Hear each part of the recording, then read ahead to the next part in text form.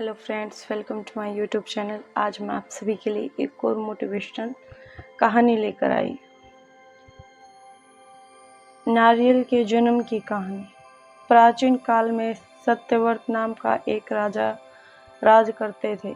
वह प्रतिदिन पूजा पाठ किया करते थे। उनके पास किसी भी चीज़ की कमी नहीं थी। वह धन दौलत से लेकर हर प्रकार की सुख सुविधा समृद्ध थे। हालांकि इनके बावजूद भी राजा की एक अभिलाषा थी जिसे वह पूर्ण की चाह रखते थे। दरअसल राजा सत्यव्रत को किसी प्रकार से स्वर्गलोक जाने की इच्छा थी।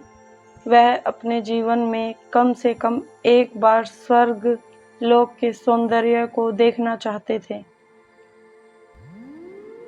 लेकिन उन्हें इसका मार्ग नहीं पता था। इधर दूसरी तरफ ऋषि विश्वामित्र अपनी तपस्या के लिए घर से बाहर निकले। चलते चलते वह अपनी कुटिया से काफी आगे तक चले गए थे। काफी समय बीत गया लेकिन वह नहीं लौटे। इस कारण उनका परिवार भूख और प्यास से तड़प रहा था। राजा सत्यव्रत को जब यह पता चला तो उन्होंने ऋषि विश्वामित्र के परिवार के पालन पोषण की जिम्मेदारी ले ली। कुछ समय बाद जब मुनीश्वर लौटे तो वे अपने परिवार को कुशल देखकर काफी प्रसन्न हुए। उन्होंने पूछा कि उनकी अनुपस्थिति में किसने इनकी देखभाल की। ईश्वर ऋषि के परिवार वाले ने बताया कि राजा ने उनकी पालन पोषण की जिम्मेदारी उठाई थी।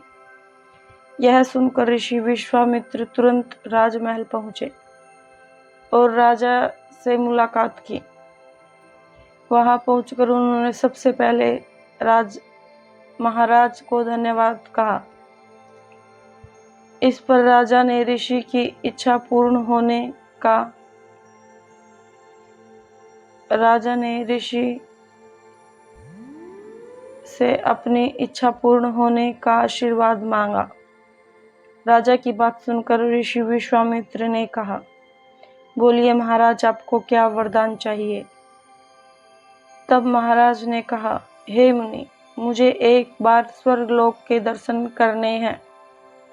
कृपा करके मुझे वहां जाने का वरदान दे। राजा एक ऐसा रास्ता बनाया जो स्वर्ग की ओर जाता था। यह देख राजा सत्यव्रत बहुत खुश हुआ। वह तुरंत उस रास्ते पर चल पड़े और स्वर्गलोक पहुंच गए। यहाँ पहुंचते ही इंद्रदेव ने उन्हें धक्का दे दिया, जिसके कारण वे सीधे धरती पर जा गिरे। राजा ने सत्यव्रत ने तुरंत सारी घटना ऋषि विश्वामित्र को बताई। राजा की बात सुनकर ऋषि विश्वामित्र को गुस्सा से आग बबूला हो उठे। उन्होंने तुरंत सभी देवताओं से इस बारे में बात की और इस समस्या का हल निकाला, जिसके बाद राजा के लिए एक नया स्वर्गलोक बनाया गया। नए स्वर्गलोक को पृथ्वी और देवताओं के स्वर्गलोक के बीचों बीच स्थापित किया गया था, ताकि किसी को परेशानी न हो। नए स्वर्गलोक में राजा सत्यव्रत तो बहुत खुश हुए, लेकिन विश्वामित्र को एक चिंता लगातार सता रही थी। उन्हें डर था कि नया स्वर्गलोक कहीं जोरदार हवा के कारण गिर न पड़े।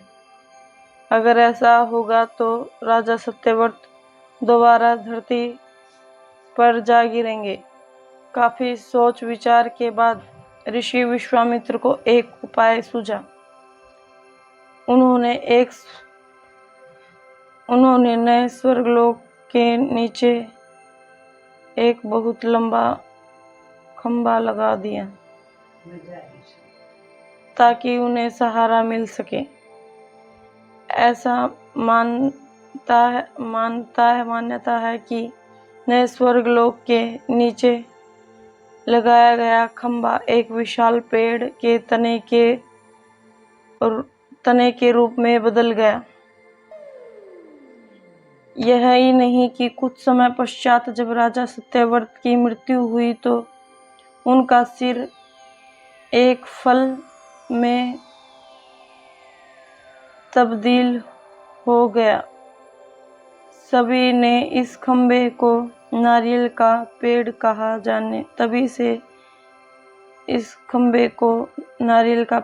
जाने लगा, जबकि राजा का सिर नारियल के रूप में जाना गया। यही कारण है कि नारियल का पेड़ इतना लंबा होता है।